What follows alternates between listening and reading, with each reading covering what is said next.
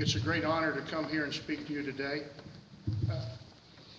Let me get right out of the way. I come here and humbly ask you for your support and your vote for County Judge of Smith County.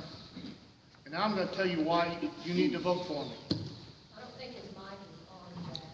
No, check the power button for the green light. I got a green light. Move it up. Move the mic up then.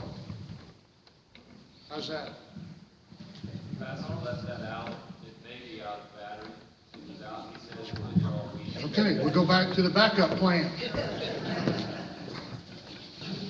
Just use my best part though. Again, as I started off, I come here to humbly ask you for your support for County Judge, Smith County, and ask for your vote and support in electing me to serve you, not serve myself. I'm not a career politician, never intend to be a career politician, but if you look at my adult life, it's all been serving other people. Whether it's been in a civic organization, it's been this nation or state, local organizations, it's all been in service to other people. As George said, I've been married for 28 years. Lovely wife is sitting up here in the front row. She's endured the ups and downs of being involved in the military, involved in civic organizations, and I appreciate that. Love you, babe. I have 3 children, 2 of which are married. My son-in-law is in attendance here. Why don't you stand up, Justin? He's helping me at the campaign. Also works with me in my county phone. As I do in all speeches, in all organizations where I get the opportunity to speak at the microphone, I like to recognize the veterans. If you're a veteran or a wife of a veteran, or you have a spouse that's currently serving in the military, please stand so we can recognize you.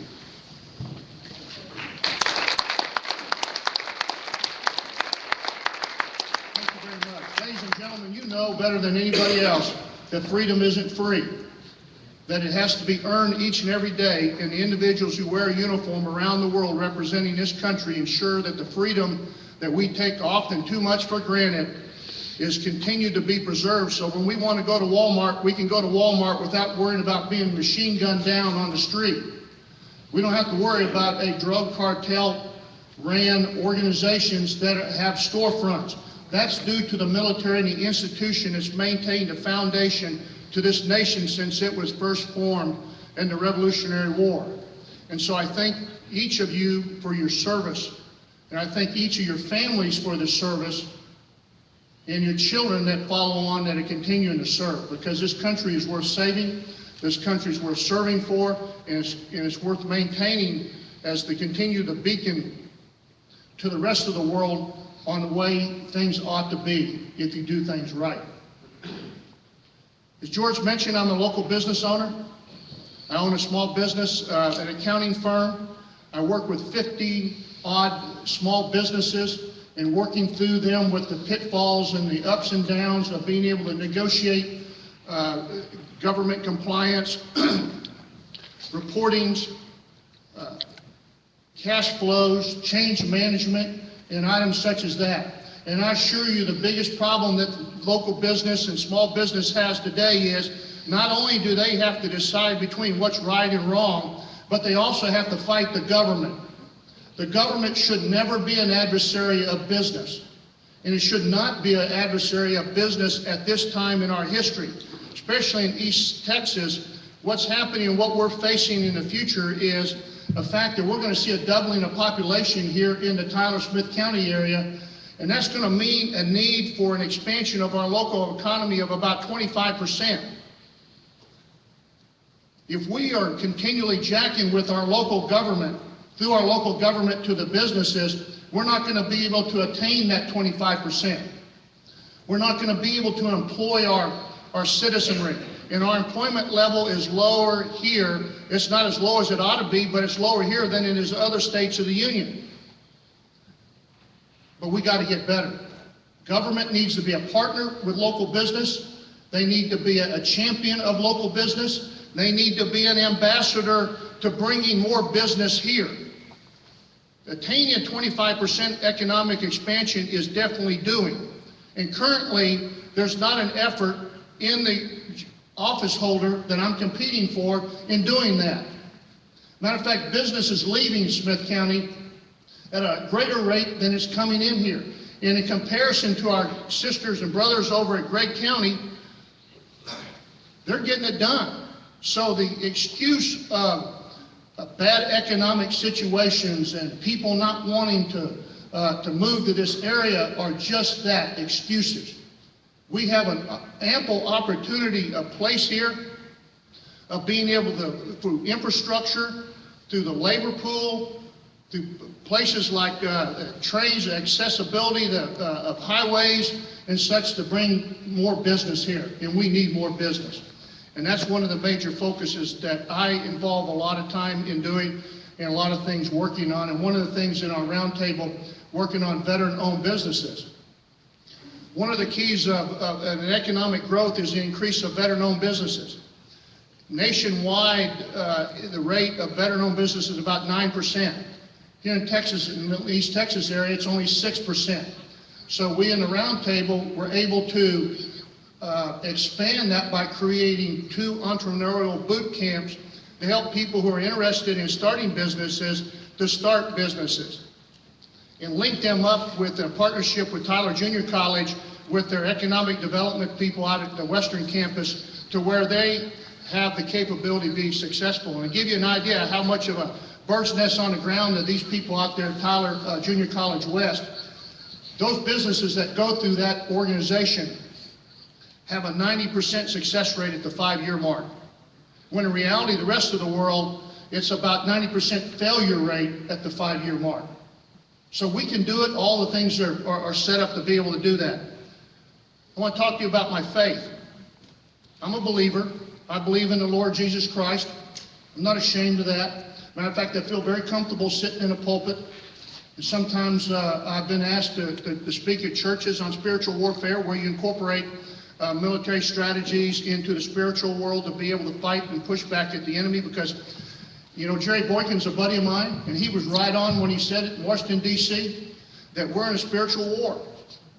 And if you're not, don't have a foundation in a belief in faith, you're losing your identity. And that's one of the problems with this country, is that our identity has slipped because of our lack of faith and our lack of belief in the Lord Jesus Christ.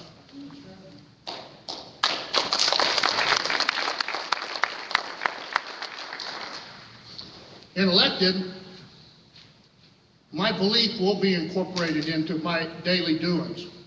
It will be in there, in the aspect of recognizing the deity and the blessings that we do have, and asking for His guidance on every day that I serve, as I do today. One of the areas I also spend time in around here is with the roundtable. If you're with the roundtable, would you mind standing up? This was appointed by Mayor Barbara Bass. It's called the Veterans and Community Roundtable, and we work on 5 major focus areas: education, employment, housing, mental health, access to medical care for the veteran. 18,000 veterans make Smith County their home. So you take 18,000 veterans and you add a family member to them, you're talking about a 40,000 block of people in a population of 200,000. Largely ignored, largely overlooked. And I assure you, if we're waiting on the Veterans Administration to solve our problems with the VA, we're in trouble. Because I'm the biggest critic and the biggest champion of the Veterans Administration. I'm the first to say the Veterans Administration ranks, in my opinion, just above the Bureau of Indian Affairs.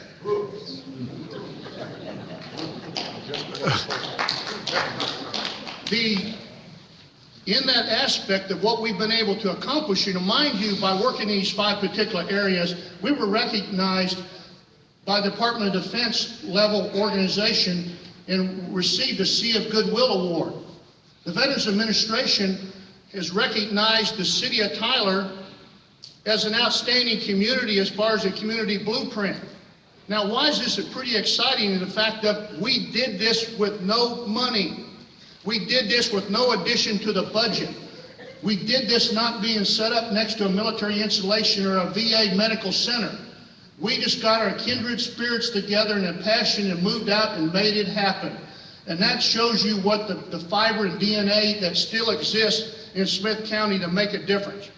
And that's what I intend to do, is make a difference. My military career is largely documented.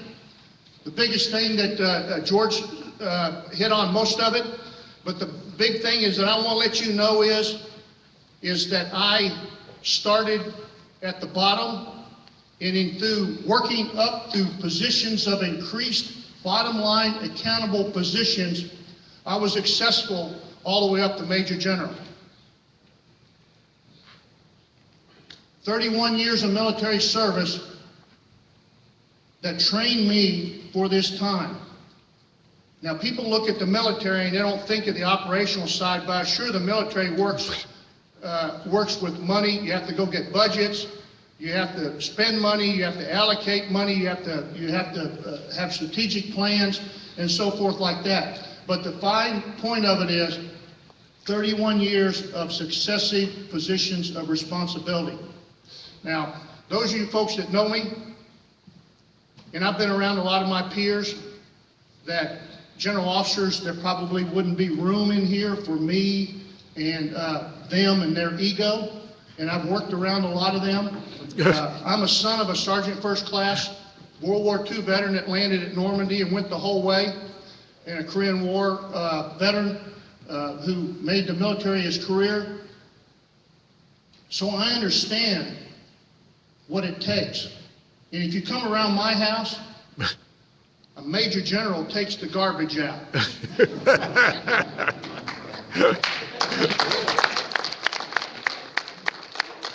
Some of the things that I'm going to do when elected, and the first thing I'm going to do is I'm going to roll back the salary of the county judge to what it was before the current office holder gave himself a couple, 3 pay raises.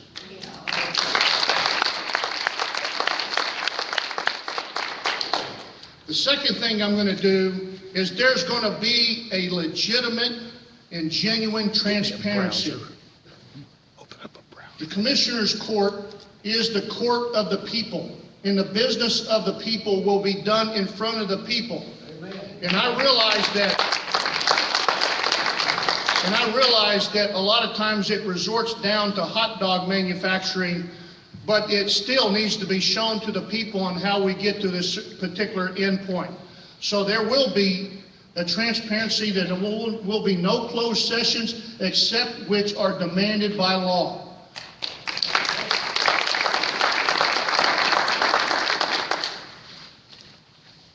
Additionally, as my visits down to Commissioner's Court, one thing that I learned along the way is that those agenda items that are on there that are presented to the public, none will be voted upon unless there's a defined to the public, not behind the scenes, to the public on what that voting on that particular measure is on an impact to the budget and what it costs the citizens of Smith County.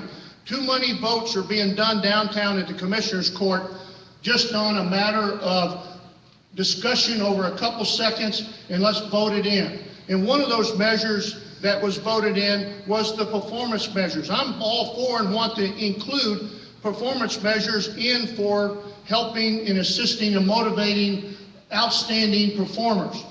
I was trained as a Baldridge evaluator. I was trained by Deming in continuous improvement. So I understand those concepts, and I believe that. It was recently approved, this performance pay merit system, without any consideration and discussion on process, any consideration on what it would cost, how much money was being set aside out of the budget, where in the budget this money was going to come from. That won't happen. That won't happen. There's some learned individuals that are on the Commissioner's Court right now that they're not being sought out with their expertise to be implemented on the things that they know is right, that they're being blocked from being able to implement the ideas that make things better in this county, and that will stop under my watch. In that aspect that goes to the budget process will be a zero-based budget process. As an accountant, I understand how government budgets work. I'm an auditor of governments. I understand how money comes together as an operational side. You start to truly evaluate your effectiveness and your efficiency of your expenditures, you have to do a zero-based budget.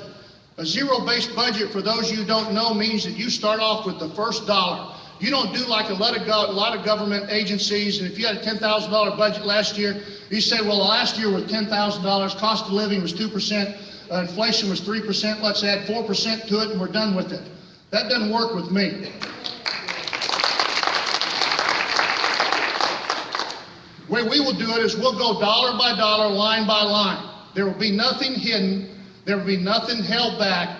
There won't be a $30,000 slush fund that the current office holder can use to reward some of his circular yes men outside of any performance, but just because they like him.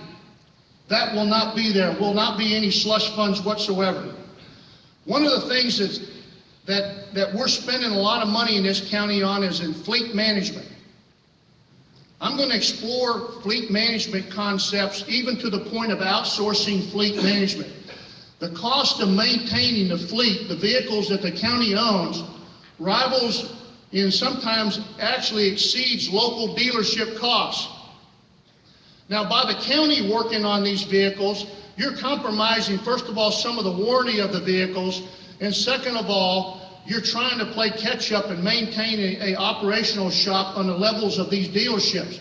In the military, we faced this about 8 to 10 years ago, and we realized that we would save millions of dollars by outsourcing our fleet maintenance of our vehicle and rolling stock to a local community vendor such as a dealership, to where they would take care of the vehicles.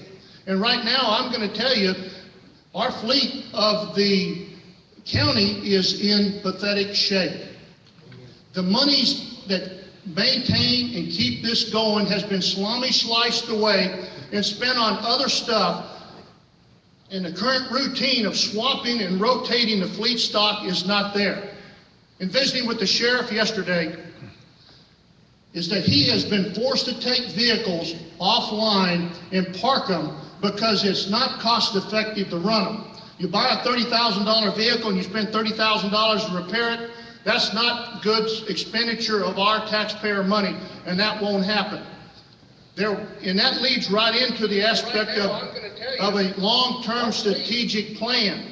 You make dumb mistakes when you don't have a long-term strategic plan. And a lot of times politicians don't develop long-term strategic plans because they will not receive the fruit during their time in office.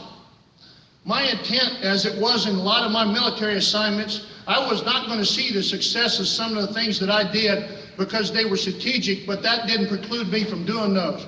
I did those because I want to set it up for the people that come down the road. The Justin Schaefers who follow me in the election process down the road 10 to 15 years from now will have a better setup and a more successful environment than we have today. And right now, our fleet, if we tried to replace everything that needed to be replaced this year, we would bankrupt this county. And so there needs to be attention on that. I'm also going to look at the concept of even outsourcing portion, if not all, of bridge and road. The road money that we get in the county is one of those easy monies that's easily colored and redirected into other operations. The money's raised to maintain our roads, and I assure you, since I do live in the county myself, county roads are important. County roads that withstand the weather and the terrain that we get are important to be able to continue to go to jobs and continue to go to schools and maintain our local economy. And I assure you, once I get elected, I hate hanging out in an office. I'm gonna ride the roads here, and I know right off where most of the bad roads are at, but I assure you, I will be out there with you, looking at roads and looking at things, along with the commissioners of those particular precincts, to where we take care of our citizens that are right here. Now, the current budget, those of you folks may not know, has $17 million in reserve and liquid assets, the short-term availability.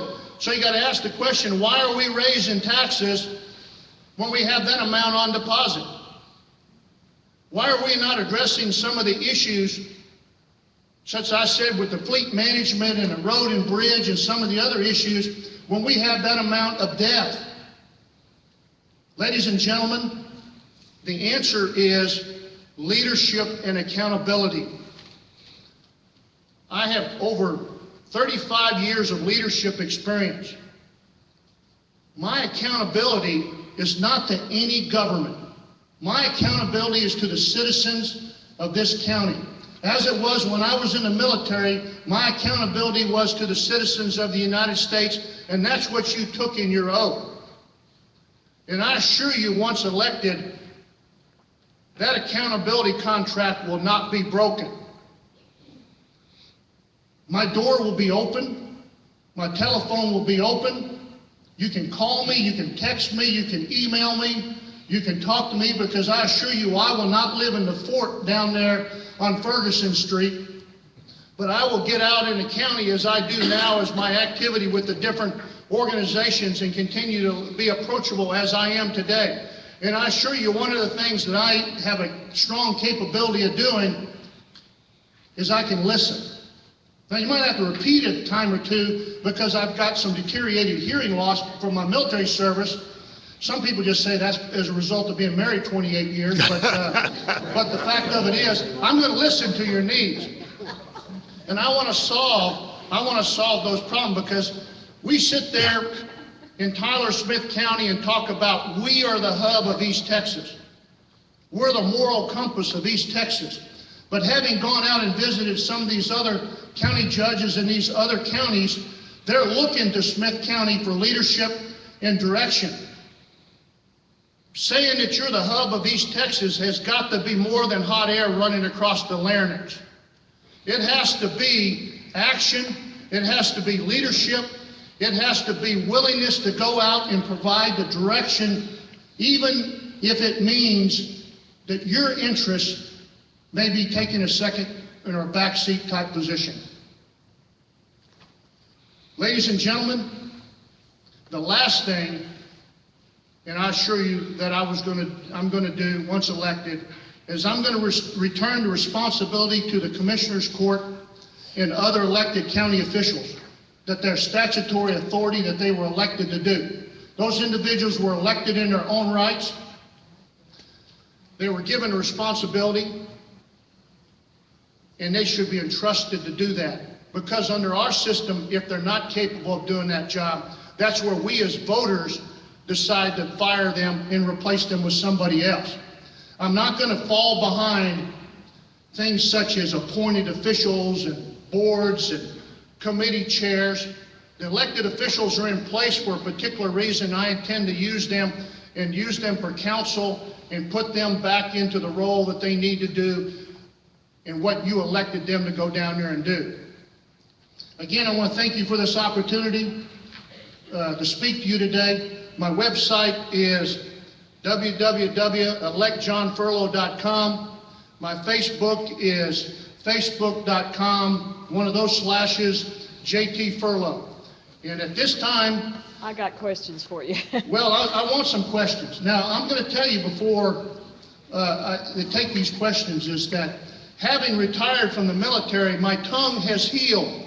I don't have to bite my tongue on some of the issues. I can tell you what I think, right, wrong, or indifferent. So at this time, I welcome any questions you might have. Could you hand me that mic? They don't